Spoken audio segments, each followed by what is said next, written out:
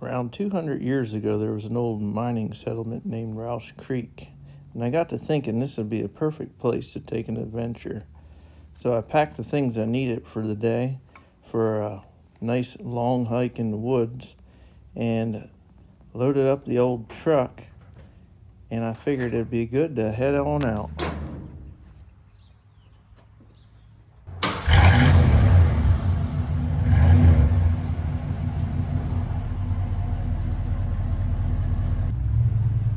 Down in here is Stony Valley.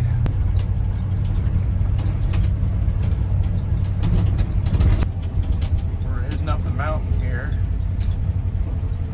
Gonna get on the railroad.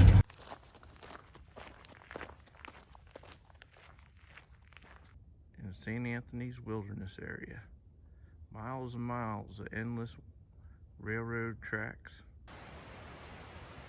Alright, so the village of Roush Gap was right here, down this path on the AT. And it was at the peak of its population in 1910, like over 1,000 people down here in the middle of nowhere. And this was going on around the 1870s till it just finally, the coal business wasn't what it used to be. But originally this has been here since 1828, and there's settlements, I'm sure, go back further. There's Indians that lived here also. So let's explore.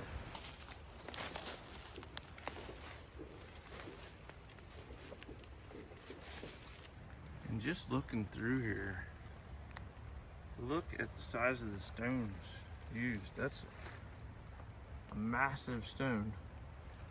So if these things are laid by hand, now who would have built this massive building? I'm looking at stones on this, and they are up to here in height. It would have been true men, and I believe this was the Susquehanna Coal Company, the railroad men that repaired trains, repaired tracks, probably had a large company here to service things. So just looking around, you can tell this was a large community up here. So here is the corner, back side of the building, and I'm noticing a series of trenches. Up there was 2, and here you can distinctly see a square trench. And I don't know if they would have used these, but it's right in the back of the, right here's the wall in front of us. And here's another set of trenches, 2 more back here. So that's 5 or 6 trenches.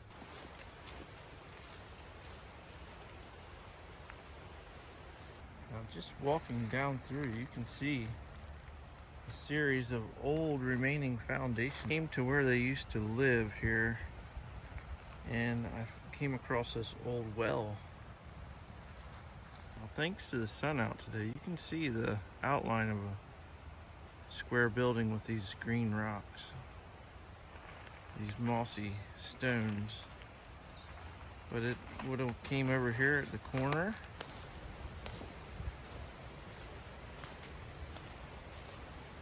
Rausch Creek is pretty awesome.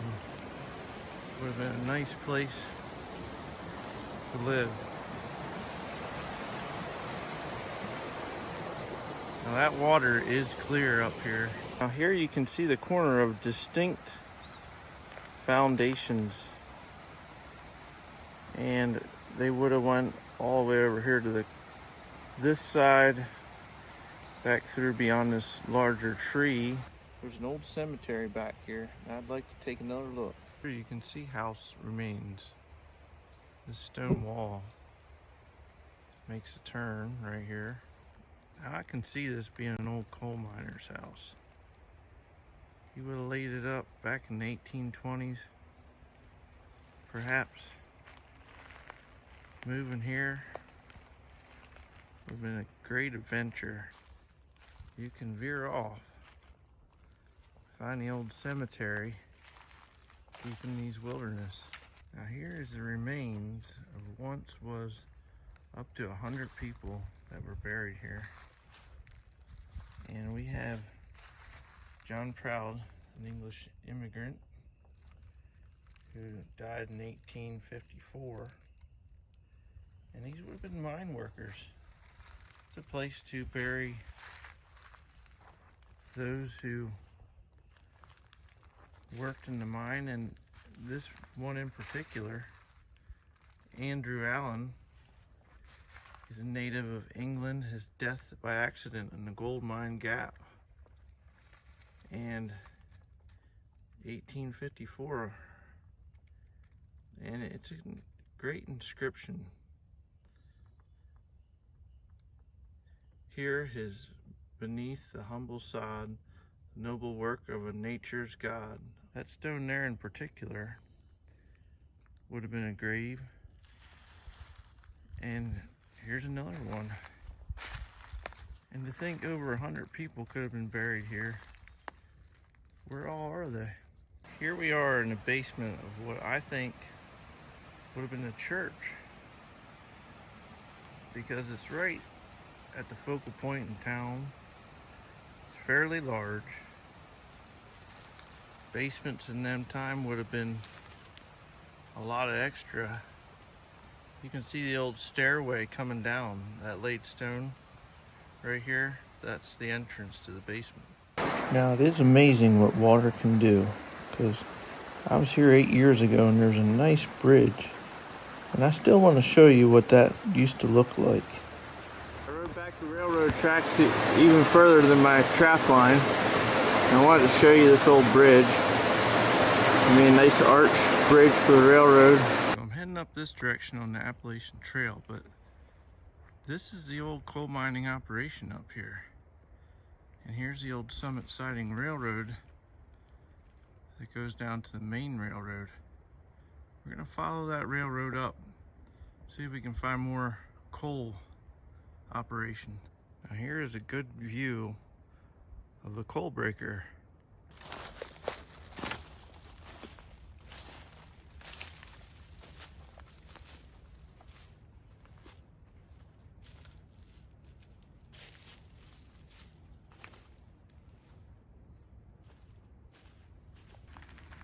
You can see a lot of history up here, and a lot of extra creatures, such as this snake on top of the rocks.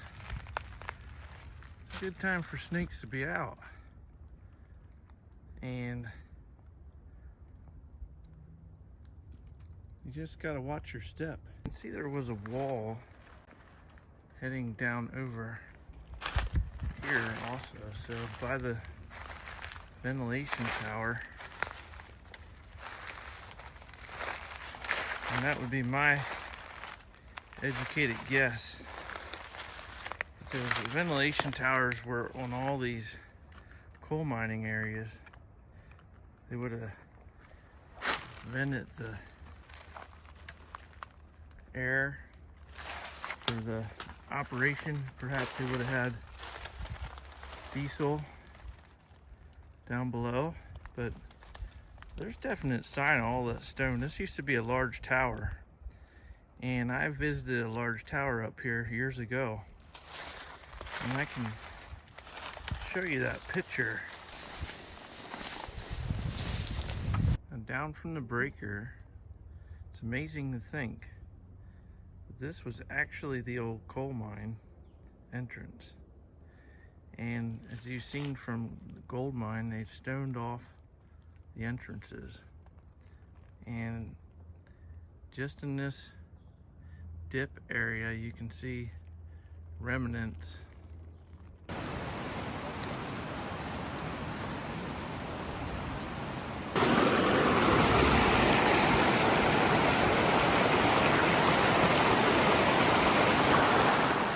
This is an awesome area. I can only imagine what it looked like with a railroad running through. And these stone walls would have been the bridge for the railroad to cross. This is Rausch Creek here, so You can see just the remnants of history and the massive stone that would have been laid. Interesting enough, I stumbled on this old gem. Well, this is up in the coal mining area, away from town. So, pretty large structure here, all the stonework. And it's an old road that heads out from this bridge for Siding Summit Railroad. And this building would have been right here along the edge. And we're gonna head down this road. There's another interesting find down here. It's right along the Rausch Creek. And you can see how they stacked the stone in early times. If you like this video, please like and subscribe.